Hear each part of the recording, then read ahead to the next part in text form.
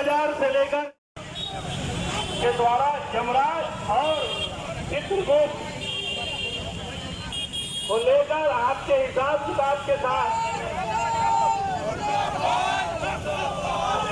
और जो गड्ढे मौतनुमा गड्ढे यहाँ पर उपस्थित हैं, उसी के विरोध में आज यहाँ पर यमराज और चित्रगुप्त को लेकर भारतीय जनता युवा मोर्चा के बीच में उपस्थित हुई है।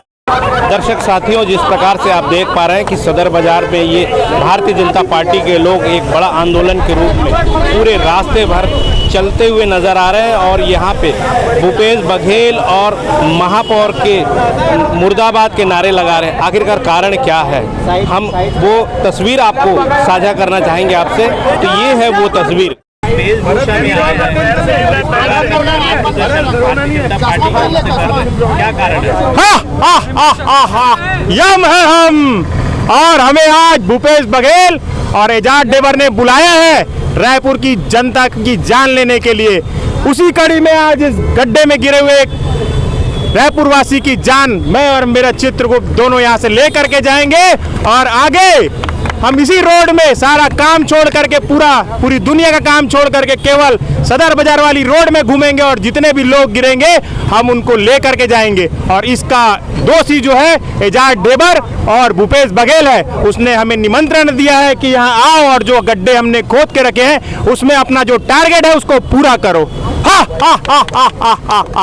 चित्रगुप्त लिखो, भरत कुंडे नाम लिखो, भरत कुंडे। एम जी, हमको जो भारतवर्ष से जो टारगेट है वो हम रायपुर के सदर बाजार के रोड से पूरा कर सकते हैं और हमको इस मौत के आंकड़े पूरे करने के लिए इस प्रदेश के मुख्यमंत्री और इस शहर के महापौर एजाज ढेबर का धन्यवाद भी करना पड़ेगा, क्योंकि हमारा काम हल्का हो गया।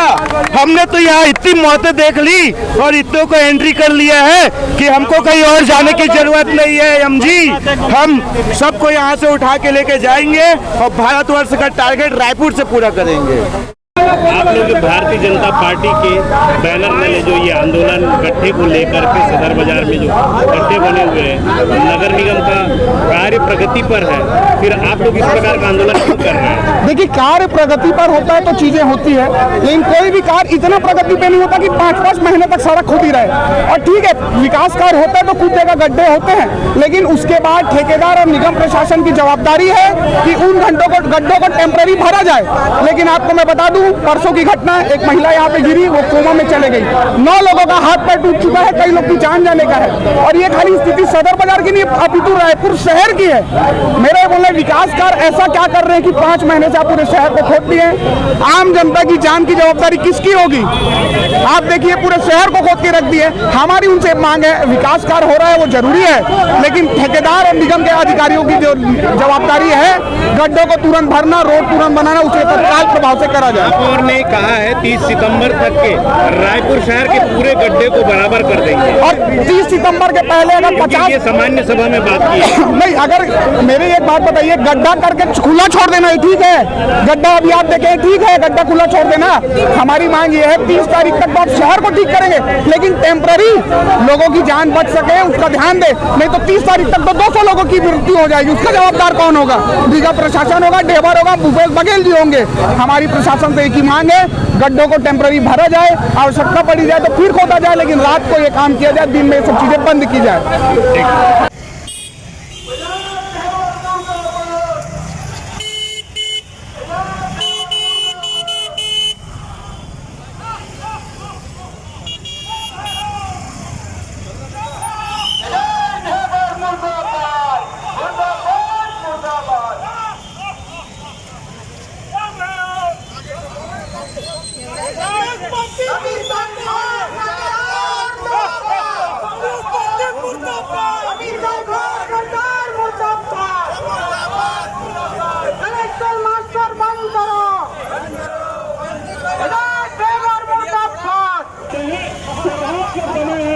रक्षाबंधन सामने है, यहाँ पर जो भी हमारी माताएं बहनें आएगी खरीदारी करने, उनके साथ जो घटना घटेगी उससे जिम्मेदार चलो शहर के गड्ढों में जो भी घटना घटेगी गोविंदा गुप्ता जी ने आए हैं।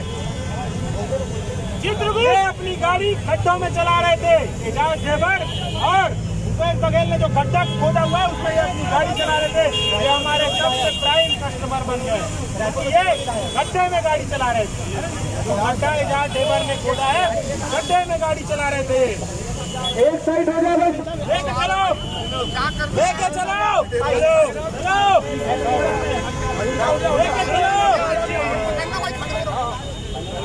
शहर की जनता को मालूम है कि उसका नाम महापौर ने रायपुर से हटा के खोदापुर कर चुका है। आप शहर की किसी भी गली, किसी भी कोने में चले जाइए, आपको वहाँ पे गड्ढा मिलेगा। रोज कम से कम 20 से ज़्यादा एक्सीडेंट रायपुर शहर में हो रहे हैं इन गड्ढों के कारण। किसी का हाथ टूट रहा है, किसी का पैर टूट रहा है, किसी का सर फूट रहा है। लेकिन यहाँ की कांग्रेस के महापौर भूपेश बघेल मौन है। उनकी सहमति है कि आम जनता को कुछ भी हो उनका कोई मतलब नहीं है। उसके विरोध में आज एक प्रतीकात्मक विरोध किया गया है, जिसमें दर्शाया गया है कि रायपुर शहर में यमराज और चित्रगुप्त रायपुर की सड़कों में घूम रहे हैं।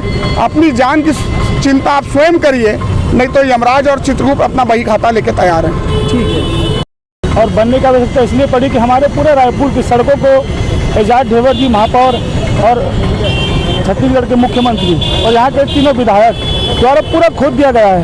ऐसा कोई जगह नहीं है कि जहाँ खुदा ना हो। इसी के विरोध में हमारी युवा मोर्चा की टीम के द्वारा विरोध किया गया कि लोगों को जागरूक किया जाए कि ये सरकार सुनने वाली नहीं है, तो बहरी सरकार है। सिर्फ ये दारू बेचती है और कोयला घोटाला, ये घोटाला, वो घोटाला करती है, कभी विकास नहीं करेगी। और ये महापौर जी बोलते हैं कि मैंने स्मार्ट सिटी बनाया है, स्मार्ट सिटी राजधानी बनाऊंगा, ये सब फालतू बातें हैं, कुछ नहीं है। इसीलिए लोगों को जागरूक करने के लिए हमारे जिला अध्यक्ष द्वारा आह्वान किया गया था कि यमराज बनकर हमें लोगों को बताना है, समझाना है कि भाई थोड़ा देख के चलना, तुम्हारी जान बहुत कीमती है तुम्हारे परिवार के लिए। इसीलिए हम यमराज बनकर निकले थे और मेरे साथ मेरे साथी चित्रगुप्त भी हैं, आप उनसे भी बात कर सकते हैं। उनके पास पूरा संख्या में जो एक्सीडेंट हुए, लोगों को जो छोटे मोटे चोट आई, उसके साथ साथ मृत्यु के भी आंकड़े मेरे पास है, जो इस गड्ढों के वजह से हो रही है। और महापौर को इस शहर की जनता से कोई सरोकार नहीं, वो अपने कमीशन के काम में व्यस्त हैं, वो अपने ठेकेदारों में मस्त हैं। इसलिए युवा मोर्चा रायपुर जिला द्वारा आज ये विरोध प्रदर्शन सिर्फ उनको यहाँ शहर की जनता को बताने के लिए कि ये महापौर और प्रदेश की सरकार आपकी जान से कोई उनका सरोकार नहीं, आप अपने जान की चिंता स्वयं करें और संभल कर रहे, सुरक्षित रहें। कैसे रहें संभल कर, क्योंकि गड्ढा तो ऐसे रोड में आराम से चले और ऐसे रोड का यूज ही ना करें। और दूसरा देख के चले, क्योंकि सरकार कांग्रेस की है, इसलिए आपको गड्ढा देख के चलना ही पड़ेगा। महापौर जी ने 30 सितंबर तक गड्ढा पाटने की पूरी आश्वासन दे दिया सदन में।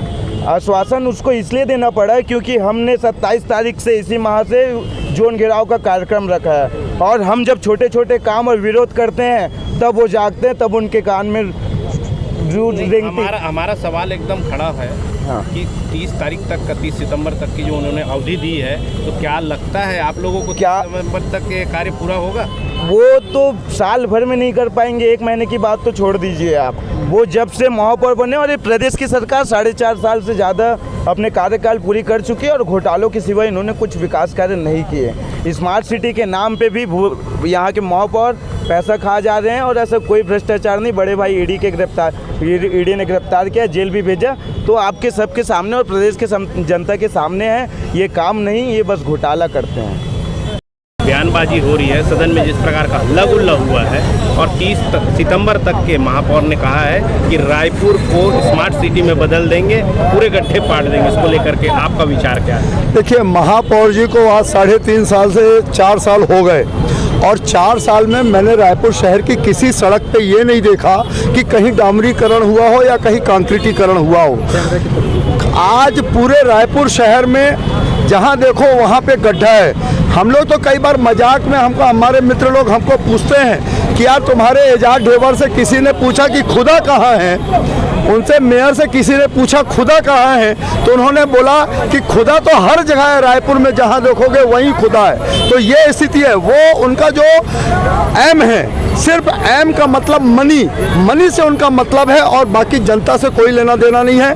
कांग्रेस की सोच ये है कि जमकर भ्रष्टाचार करो, जम करके जनता को लूटो चूसो, और जब चुनाव आए तो शराब के माध्यम से पैसे बांट करके, साड़ी बांट करके, लिफाफे बांट करके किसी भी प्रकार हम सरकार में आ जाते हैं, ये उनकी सोच है और इसी के तहत उनका ध्यान रायपुर शहर के विकास पे नहीं है। अगर रायपुर शहर के विकास की तरफ ध्यान होता तो मैं कह सकता हूं कि सेंट्रल की गवर्नमेंट ने स्मार्ट सिटी के नाम पर जितना पैसा छत्तीसगढ़ के इस रायपुर शहर को दिया, आपको लगता है क्या कि कहीं भी उस प्रकार से हम अपने रायपुर शहर को देख रहे हैं? आज आपको मैं फ्लैशबैक पे ले जाना चाहता हूं। मात्र आप 4.5 साल पहले का रायपुर सोचिए, अपने इमेजिंग करिए, अपने दिमाग पे जोर डालिए कि आज से 4.5 साल पहले का रायपुर कैसा था। चमचमाती सड़कें, चमचमाती लाइट, चमचमाता शहर, डिवाइडर से लेकर सड़क, हर कुछ चारों तरफ। परंतु आज ट्रैफिक के नाम पर पूरी तरह से कोई रोड ऐसी नहीं है रायपुर शहर की जहां पे जाम ना लगता हो। कोई चौक ट्रैफिक सेंस तो खत्म करके रख दिया। आज आपको मित्रों चौक चौराहों पे ना ट्रैफिक वाले नजर आते हैं ना पुलिस वाले नजर आते हैं। ये जो लगे हुए हैं ना आपके जितने भी कैमरे लगे हुए हैं, सिग्नल लगे हैं, आज सब नकारा हो गए हैं। सिर्फ ग्रामीण क्षेत्रों में उन गरीबों को ठगने का काम कर रहे हैं जो बेचारे हेलमेट नहीं लगाए रहते हैं, उनको जाकर के नोटिस आ रही। पर रायपुर शहर का आज हर ऑटो वाला, हर कांग्रेस का समर्थक आज ट्रैफिक को क्रैश कर रहा है, ट्रैफिक को चोक कर रहा है, परंतु उसके ऊपर कोई कार्रवाई नहीं होती, कोई चालान का उनके पास नोटिस नहीं जाती। आखिर क्यों? कोई चालान नहीं होता, कोई पुलिस की कार्रवाई नहीं होती। ये आखिर क्यों? कहीं ना कहीं निश्चित तौर पर भूपेश बघेल का बरदहस्त जो जग जाहिर है इनके ऊपर है और उसी का लाभ उठा करके पूरी रायपुर शहर को सत्यानाश। आज दोनों तरफ सड़कों पर कब्जा किसका है? अवैध कब्जा किसका है? हमारे समय में भारतीय जनता पार्टी के शासनकाल में किसी भी दुकानदार की इतनी हिम्मत नहीं होती थी कि वो 15 फुट आगे बढ़ा करके दुकान। आप चले जाओ, कोई एक शहर बता दो, कोई एक गली या एक सड़क बता दो जिसकी चौड़ाई 30 से 40 फुट आज कम नहीं हो गई, सिर्फ अवैध कब्जों के कारण। और इन सब जहां पर बैठने वाले बाहर से आए अवैध अप्रवासी नागरिक जिनको इनका आप कहना चाहते हैं अप्रवासी नागरिक को कांग्रेस ने समर्थन दिया है?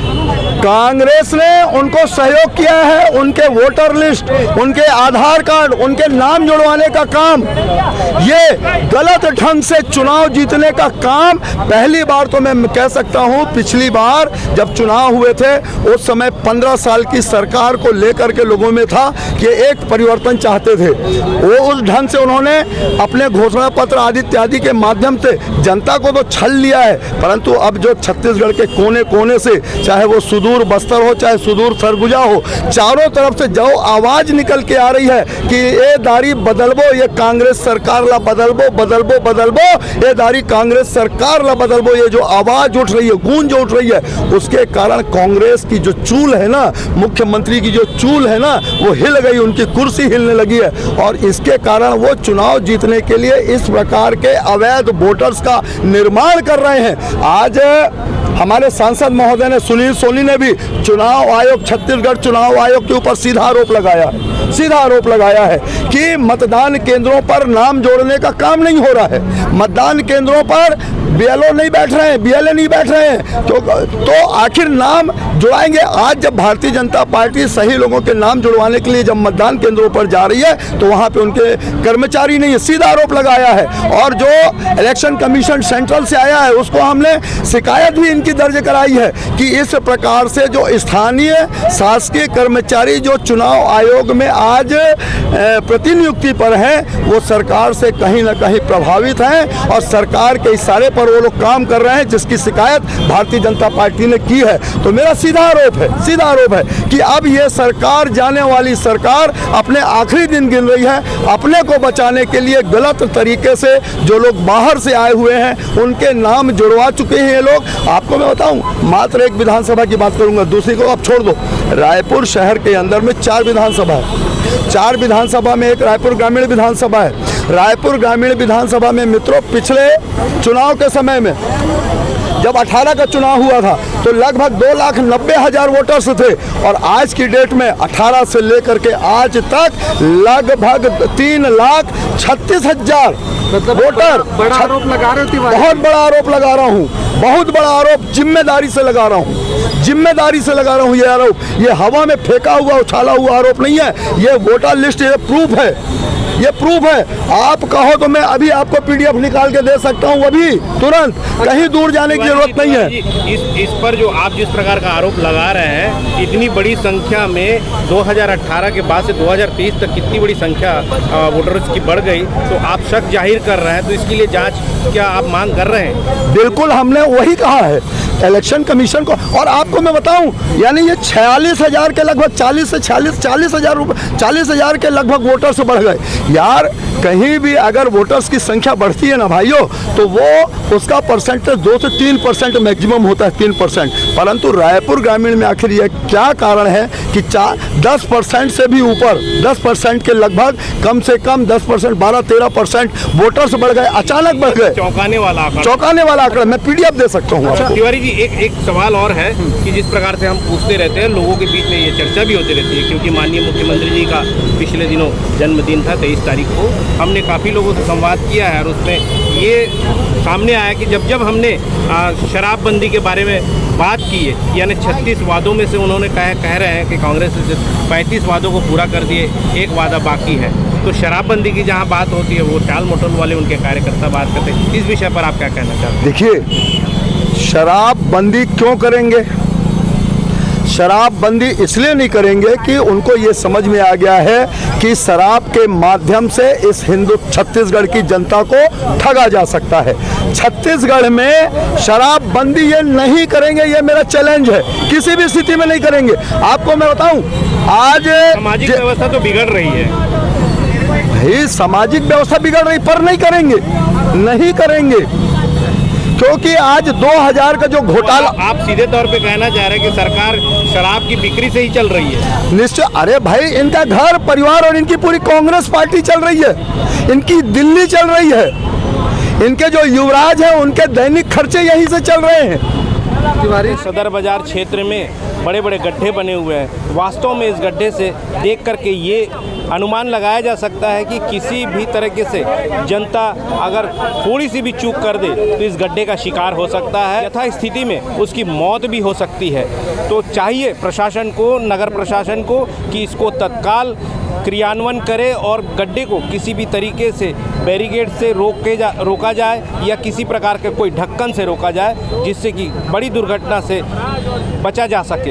इसलिए भारतीय जनता पार्टी के लोग और कार्यकर्ता ये लगातार आंदोलन करते आ रहे हैं और नगर निगम को सजग करने का काम कर रहे हैं। तो जो वर्तमान में सरकार है वो नकारते नजर आ रही है कि शराब बंद होने से लोगों की मृत्यु होना शुरू हो जाएगा, लोगों का कुछ और होना शुरू हो जाएगा, ये सब बातें सामने आते रहती है। परंतु शराब के वजह से जो सामाजिक अव्यवस्था फैल रही है, उसको लेकर के सरकार कोई ना कोई कदम उठाना चाहिए, मजबूत कदम उठाना चाहिए, तब जाकर हो सकता है कि हमारे राज्य की स्थितियाँ और परिस्थितियाँ सुधर पाए। जिस प्रकार से तिवारी जी ने एक बड़ा आरोप लगाया है, उस पर निश्चित रूप से निर्वाचन आयोग को एक जांच कमेटी बैठानी चाहिए और जांच रिपोर्ट तैयार करना चाहिए। दर्शकों, इस प्रकार की खबरों के लिए हमारे साथ बने रहें, देखते रहिए खास खबर। मैं दीपक मजुमदार और आप देख रहे हैं हल्ला बोल न्यूज़।